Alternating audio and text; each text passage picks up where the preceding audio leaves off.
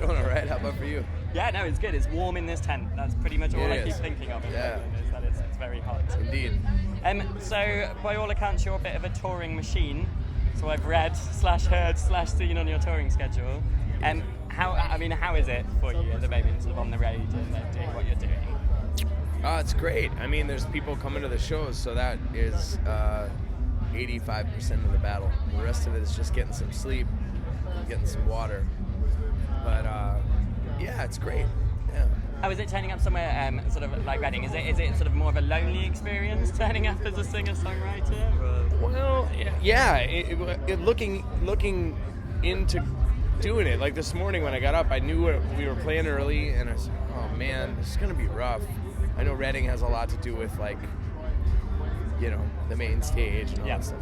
But the tent was full, and we had a great turnout, and people were singing. So and tons of buddies were here. Yeah. So I feel, just honored to have been a part of it, and it was terrific. So you do a lot of touring and you play a lot of places. Are you selective in kind of where you play and the type of festivals that you do at all? Is there a process that goes through your mind? Not as much for me, but for my manager and booking agent, they kind of pick the stuff that they think is going to be the best. I'll play anywhere. I think if you're a musician, that's probably... Yeah, sometimes to the detriment or something. Like, they're like, why would you do that? And I'm like, oh, it's fun. Has there been anywhere particularly random that you've ended up playing and kind of looked out and been like, why the hell am I playing here? Or maybe not why the hell am I playing here? No, I just don't even look at it that way. To me, it's about bringing music to the people, and that's a great life to be given. And so yeah, I'm always like, I'm psyched. I got to play Poland and Sweden for the first time as a solo artist. Yeah. If you want to call it that, solo artist. But you're not a strictly speaking solo artist, are you? I mean, today you had someone on stage. No, that was my little brother. Yeah, he played with me, and do you normally tour with your little brother? I have been for about 6 months. How's that? Oh, it's awesome. He's 21. He's really smart. He's really fun. and always happens. Always happens. And he's got that youthful energy that he brings to it. So you end up.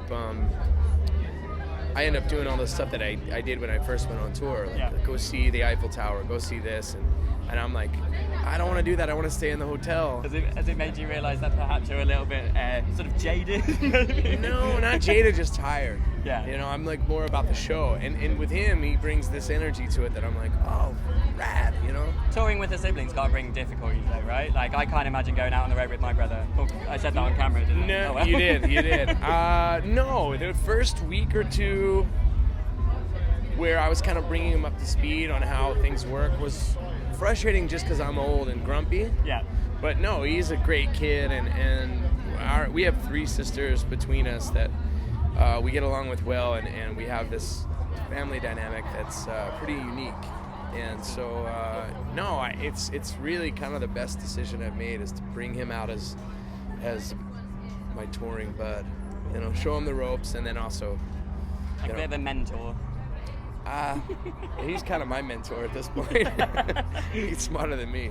Excellent. And so, Devour, your album, it's kind of, I sort of, a lot of people split it into 2 halves or 3/3 or whichever way you want to do it. I mean, but it kind of wavers between being quite introspective and being quite political as well. Do you find one is easier to write and perform than the other, or is it just, was there a process to it, or is it just the way it got written kind of in 3 different parts. The first third of it, which was a little bit more political or something, or socio-political, was about kind of where I come from, where my generation comes from. Yeah. And then the middle was kind of more introspective, where it's like, well, here's where I am, with kind of trouble on the mind. And then the last third is kind of where I'm trying to go, or where can we go from here with sort of our mid-30s broken hearts. And that was the process. It was I don't think any of them are any more or less easy to write. I mean, I kind of hold my own feet to the fire no matter what kind of song it is. It's got to be, the lyrics are where I'm like pounding. So, but yeah, So is there a therapeutic element in some way to performing it? Yeah. It's like I can save on the therapy bill. That's always a good. Not that I would suggest that to anyone who needs help, but I do find it to be really therapeutic. Yeah. Excellent. One thing I did want to know, sort of as a solo artist, and again, if you want to call yourself that, and sort of playing, I've noticed more and more, especially recently, when you go to a show and there's one person playing, everyone talks, and it's quite like a noisy environment, and sometimes you just want to watch it. I wonder whether it's sort of what the perspective is from the stage, whether where you think people should be, whether you think gigs should be about kind of the party, or whether you think it should be like a cinema and people are paying attention to it and that sort of thing. Well, I think. Look, you can't, there's only so much you can control in life, and for me, there's been shows that are really quiet, and at that point I can go into more of a introspective vibe. I can play something quiet, or I can, but if the crowd is ripping on a party, thankfully I can also play, even solo, in a rock kind of format. I can play louder and kind of meet them. Sometimes if you're in the wrong mood, those two things clash. But for the most part, I understand that what I'm doing, despite how much I do work on it, you are an entertainer, and your job on a Friday is a little different than your job on a Tuesday. Friday night people are cutting loose, and they spent money, and they got a babysitter, and maybe you want to give them Friday night. Tuesday, you got people who are more your fans, and they're coming out. Maybe they're a little bit more. They got to get up early, so you give them a little something else. And I think it's my job to manage, and rather than sort of over expecting from the crowd, I think it's better to kind of try to surf that vibe. That's my job. So just to kind of play to the room. Without like pandering or you got to be true to yourself. But I do think that people are paying money for it, and you give them.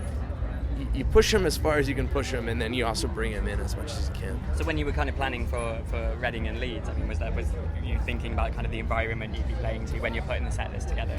Yeah, but there's always the intangible of like, are there 40 people or are there 1,000 people? You don't know at a festival who you're playing against or what else is going on, and thankfully we ended up with a full tent, and it was early in the day, and it was terrific. But again, the cool thing about playing solo, and the thing I'll have to try to figure out when I play with a band, is you can surf it. You can like back off and be like, okay, there's less people here. Yeah. Or if there's more people here, you kind of bring out the fireworks. And either way, you learn to read the room. Okay, excellent. Well, thank you very much for your time.